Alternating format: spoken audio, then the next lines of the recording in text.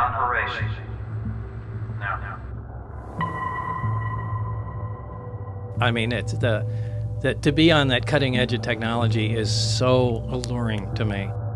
Et si les extraterrestres étaient parmi nous depuis toujours? Bonjour à tous et bienvenue sur Cultination. Aujourd'hui, nous allons plonger dans un sujet fascinant et essayer d'apporter une réponse à cette fameuse question. Et si les extraterrestres n'ont-ils jamais quitté la Terre? Depuis des millénaires, l'humanité se pose des questions sur la possibilité de vie extraterrestre.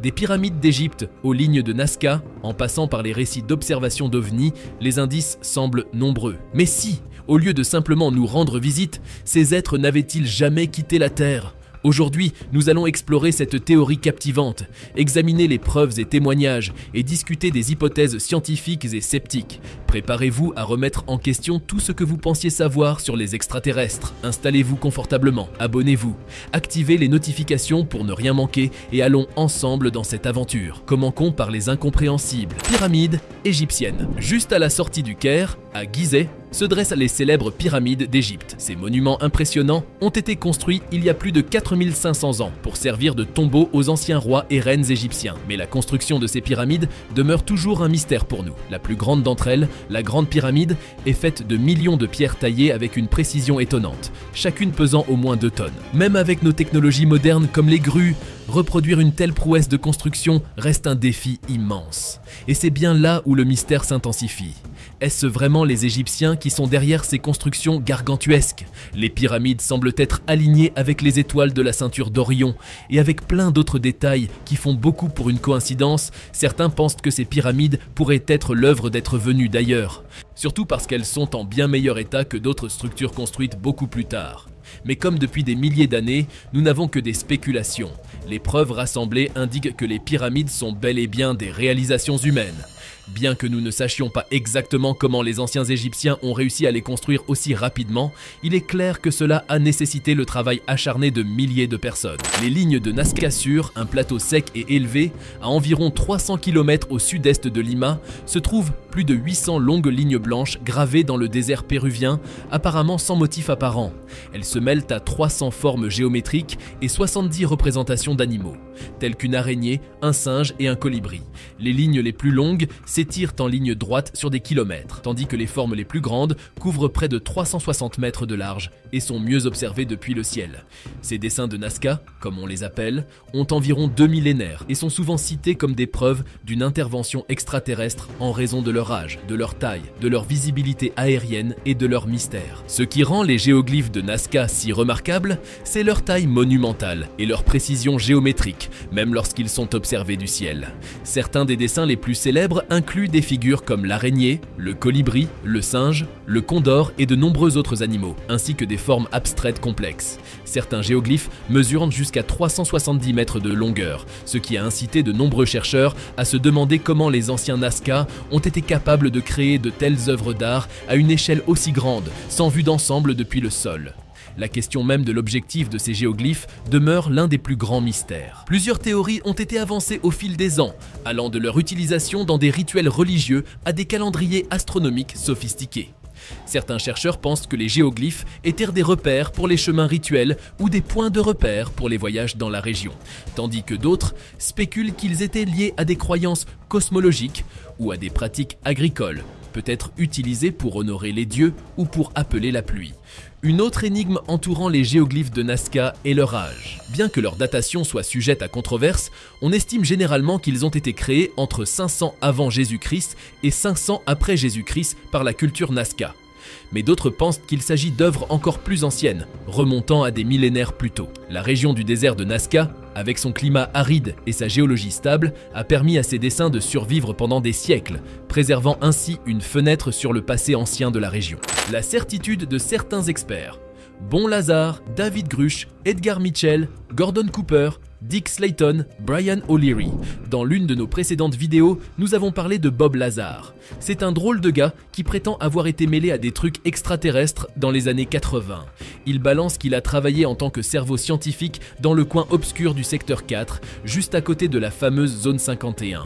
Là-bas, il assure que l'armée US faisait mumuse avec des vaisseaux spatiaux d'ailleurs. Mais attention, son CV a plus de trous qu'un gruyère. Il prétend avoir décroché des diplômes dans des écoles super huppées comme le California Institute of Technology et le Massachusetts Institute of Technology. Mais le Los Angeles Times a fouillé et rien trouvé en 1993. Même l'ufologue Stanton Friedman a des doutes, n'ayant que des preuves de Lazar en train de potasser l'électronique dans les années 70. Lazar, lui, continue de crier que le gouvernement a fait un grand ménage dans ses diplômes pour garder ses histoires sous le tapis. C'est comme s'il n'avait pas un parcours académique, laissant un gros point d'interrogation sur sa crédibilité. Mais dans cette tempête de doute, il y a des gens comme le docteur Robert Krangel, un physicien à Los Alamos, qui dit que Lazar était bien là. Une lueur d'espoir pour ceux qui croient à ces histoires incroyables. L'histoire de Bob Lazar, c'est un puzzle compliqué avec des secrets gouvernementaux, des doutes à gogo et quelques rares voix qui le soutiennent. C'est un mélange où la frontière entre vrai et faux est aussi floue que les aliens qu'il prétend avoir croisés. Mais, sérieux, qu'est-ce qu'il a bien pu découvrir? L'histoire fascinante de Bob Lazar, ponctuée de mystères révélateurs et de méfiance envers le gouvernement, a su captiver l'attention tant des médias que des passionnés d'ufologie. Certains, intrigués par la possibilité de technologies extraterrestres, se montrent prêts à accueillir favorablement les affirmations extraordinaires de Lazar. Cependant, la majorité, parmi laquelle se trouve le Dr David L. Morgan, physicien émérite, adopte une attitude sceptique, scrutant avec une analyse minutieuse ces récits hors du commun. Morgan, expert dans son domaine, pointe du doigt des incohérences et un manque de compréhension fondamentale de la physique, surtout en ce qui concerne l'utilisation de l'ununpentium comme carburant pour ces éventuels engins extraterrestres. Dans cette quête de vérité, l'histoire de Bob Lazar se révèle être une toile complexe, où les révélations intrigantes et les doutes persistants s'entremêlent, offrant un panorama nuancé entre croyance et scepticisme. C'est ainsi que l'on immerge dans le récit captivant d'un homme qui a suscité l'intérêt du monde en prétendant avoir côtoyé des technologies extraterrestres au cœur de mystérieuses opérations gouvernementales. En 1982, Lazar fait une entrée fracassante dans l'attention publique grâce à un article du Los Alamos Monitor intitulé « Un scientifique de Los Alamos rejoint la Jet Set à 300 km/h ». C'est le point de départ d'une saga exceptionnelle qui étonnera bien au-delà des attentes. Lazar revendique son rôle clé dans la transformation d'un dragster en fusée sur roue, créant ainsi un spectacle explosif qui éveille la fascination du public pour la physique et les performances explosives. Puis, en novembre 1989, au cours d'une interview avec George Knapp de KLAS TV, Lazar révèle des détails plus extraordinaires encore. Il affirme son implication au secteur 4, une zone voisine de la mystérieuse zone 51, où des projets liés à des soucoupes volantes, étrangement similaires à celles observées dans le ciel, auraient vu le jour. Selon Lazar, ces engins seraient d'origine extraterrestre, provenant du système solaire Zeta Reticuli, situé à 39 années-lumière dans la constellation du Réticule. Cependant, la trame de crédibilité de Lazar s'effiloche lorsque des doutes surgissent quant à son passé académique. Malgré ses affirmations d'avoir décroché des diplômes prestigieux du California Institute of Technology et du Massachusetts Institute of Technology, une enquête du Los Angeles Times en 1993 révèle l'absence de traces corroborant ces déclarations. L'ufologue Stanton Friedman émet également des doutes, ne trouvant que des preuves de Lazar suivant des cours d'électronique dans les années 70. Lazar persiste dans ses allégations, avançant que le gouvernement aurait délibérément effacé les traces de son éducation pour maintenir le secret autour de ses activités. Au-delà des récits extraordinaires de Bob Lazar, émerge une histoire complexe, tissée de secrets gouvernementaux, de doutes persistants et de rares témoignages de soutien, créant une narration aussi fascinante que déroutante. Depuis 1987, Bob Lazar et son ami de longue date, Gene Huff, organisent le Desert Blast, un événement annuel dédié aux amateurs d'explosions dans le désert du Nevada. Ce festival délirant fusionne humour, fascination pour la physique et un spectacle explosif comprenant des explosifs artisanaux, des fusées, des véhicules propulsés par des moteurs d'avion et divers effets pyrotechniques. L'objectif est clair, rendre la physique divertissante et ludique. L'événement offre au public une exploration amusante des mystères scientifiques et il sert également de plateforme pour partager l'enthousiasme de Lazar pour la science avec le grand public. En 2006, le couple est accusé de violer cette loi, risquant jusqu'à 270 jours de prison et une amende de 15 000 $. Lazar plaide sa cause en expliquant qu'il avait mal interprété des informations trouvées en ligne. En 2007, il est condamné à payer 7 500 $ pour la vente de substances chimiques utilisées dans la fabrication de feux d'artifice illégaux, plaidant coupable des 3 chefs d'accusation liés à l'introduction de produits dangereux. Ces événements révèlent une facette complexe de la vie de Lazar, où les péripéties légales se mêlent à son parcours professionnel controversé. Malgré ces péripéties, Lazar persiste dans ses passions scientifiques, étendant ses horizons en 2000 avec la création de United Nuclear.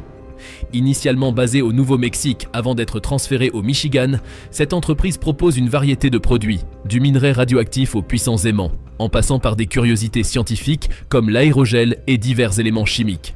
United Nuclear devient ainsi une source incontournable pour ceux qui souhaitent explorer des aspects inhabituels et intrigants de la science. Ainsi, malgré les défis personnels et légaux, Bob Lazar continue de partager son amour pour la science de manière accessible, ouvrant la voie à une exploration amusante des mystères scientifiques. Cette histoire peut également rappeler celle de David Grusch. Il a affirmé avec conviction que les États-Unis détenaient sans aucun doute un objet volant non identifié, OVNI, désormais appelé phénomène anormal non identifié, UAP, par les autorités américaines et même des restes de ses opérateurs. En tant que lanceur d'alerte, ce n'est pas la première fois qu'il avance des allégations liées à la vie extraterrestre. Il a une carrière militaire honorable, ayant servi en Afghanistan. Cependant, la véracité de ses récits soulève des interrogations. Quand David Grusch affirme que des individus lui ont confié ces informations, remet-il en question sa crédibilité ? Probablement pas. Cependant, la fiabilité de l'information transmise est-elle incontestable ?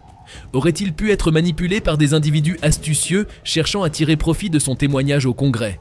Ces questions suscitent des doutes sur la véracité de ses déclarations. Ce qui suscite des inquiétudes, c'est son discours, étrangement similaire à ceux que l'on connaît depuis les années 80, alimentant une presse parfois fantaisiste. Un représentant notoire de ce courant était Robert Lazar, également connu sous le nom de Bob Lazar, qui lui prétendait avoir travaillé dans la zone 51 et qui a depuis été totalement discrédité. Malheureusement, David Grusch refuse de divulguer l'identité de ses sources d'informations. À maintes reprises, il esquive habilement les questions du type « Qui vous a dit ça ?» ou « D'où ça vient ?» Il explique qu'il serait prêt à en discuter en privé, mais pas devant le Congrès. Bien qu'il partage une conviction profonde en la véracité de ses déclarations, aucune preuve matérielle n'a été présentée pour étayer ses dires. En remontant l'histoire, on a le témoignage de plusieurs du domaine qui en disent long.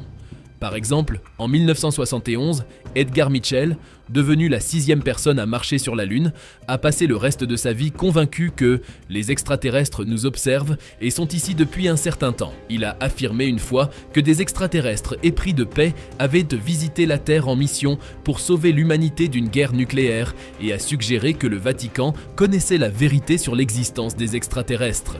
Mitchell a également allégué que des ovnis avaient été vus au-dessus des bases nucléaires et avaient souvent désactivé les missiles détenus dans les silos d'armes de l'époque de la guerre froide.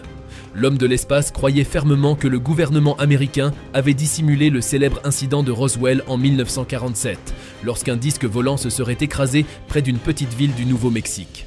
La raison de ce déni est qu'ils ne savaient pas si les extraterrestres étaient hostiles et ils ne voulaient pas que les soviétiques le sachent, alors ils ont conçu pour mentir à ce sujet et le dissimuler, aurait-il déclaré. Gordon Cooper, l'un des 7 astronautes qui ont pris part au projet Mercury, la première mission habitée américaine, qui s'est déroulée de 1958 à 1963. L'engin qu'il pilotait a été surnommé « Spam dans une boîte » parce qu'il était automatiquement contrôlé plutôt que piloté par les astronautes à bord. Mais avant même de subir l'expérience qui a changé sa vie en devenant le premier homme à dormir dans l'espace, il a affirmé avoir vu des ovnis survoler l'Allemagne en 1951. Il a également déclaré avoir vu des soucoupes volantes espionner une base aérienne secrète où des avions américains expérimentaux étaient testés. Je crois que ces véhicules extraterrestres et leurs équipages visitent cette planète depuis d'autres planètes, qui sont un peu plus avancées techniquement que nous ne le sommes sur Terre, a-t-il a-t-il déclaré à l'ONU en 1984. Nous devrons peut-être d'abord leur montrer que nous avons appris à résoudre nos problèmes par des moyens pacifiques, plutôt que par la guerre, avant d'être acceptés en tant que membres de l'équipe universelle pleinement qualifiée. Leur acceptation aura d'énormes possibilités de faire progresser notre monde dans tous les domaines. Dick et Slayton faisant également partie du projet Mercury, avant de connaître une carrière illustre qu'il a vu servir en tant que directeur des opérations de l'équipage de conduite de la NASA, affirme également avoir vu un ovni en 1951. Je crois que ces véhicules extraterrestres et leurs équipages visitent cette planète depuis d'autres planètes, qui sont un peu plus avancées techniquement que nous ne le sommes sur Terre, a-t-il déclaré à l'ONU en 1984. Nous devrons peut-être d'abord leur montrer que nous avons appris à résoudre nos problèmes par des moyens pacifiques, plutôt que par la guerre, avant d'être acceptés en tant que membres de l'équipe universelle pleinement qualifiée. Leur acceptation aura d'énormes possibilités de faire progresser notre monde dans tous les domaines.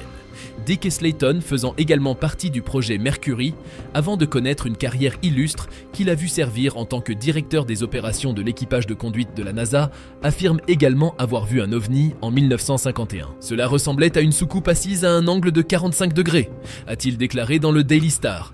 Eux n'avaient pas d'appareil photo, sinon j'aurais pris quelques photos. À ce moment-là, pour une raison quelconque, il a juste décollé en grimpant et a juste accéléré et disparu. Et pour finir, celui qui n'est jamais allé dans l'espace, Brian O'Leary, était l'un des 11 astronautes nommés pour une éventuelle mission de la NASA sur Mars dans les années 1960. Plus tard dans sa vie, O'Leary a eu une expérience de mort imminente qui a changé sa perspective sur la vie et la réalité. Devenu un professeur de physique respecté à l'université de Princeton après avoir quitté la NASA, Brian a déclaré « Il existe de nombreuses preuves que nous sommes contactés. Les civilisations nous surveillent depuis très longtemps et leur apparence est bizarre de tout type de point de vue occidental matérialiste traditionnel. En effet, la simple énonciation d'observations sans support factuel robuste peut compromettre la rigueur scientifique. L'objectif est donc d'ancrer davantage ces déclarations dans une approche scientifique, renforçant ainsi la qualité et la fiabilité des informations recueillies par l'Agence spatiale américaine. Nous voici à la fin de notre aventure avec Bob Lazar et de ses compères à la découverte de son secret sur les ovnis. Il reste des personnages qui nous auraient avertis après plusieurs autres d'une possibilité de vie extraterrestre. Et vous qu'en dites? Dites-vous. On vous attend dans les commentaires et n'oubliez pas de vous abonner et d'activer les notifications pour ne plus manquer nos contenus. À bientôt pour de nouveaux épisodes.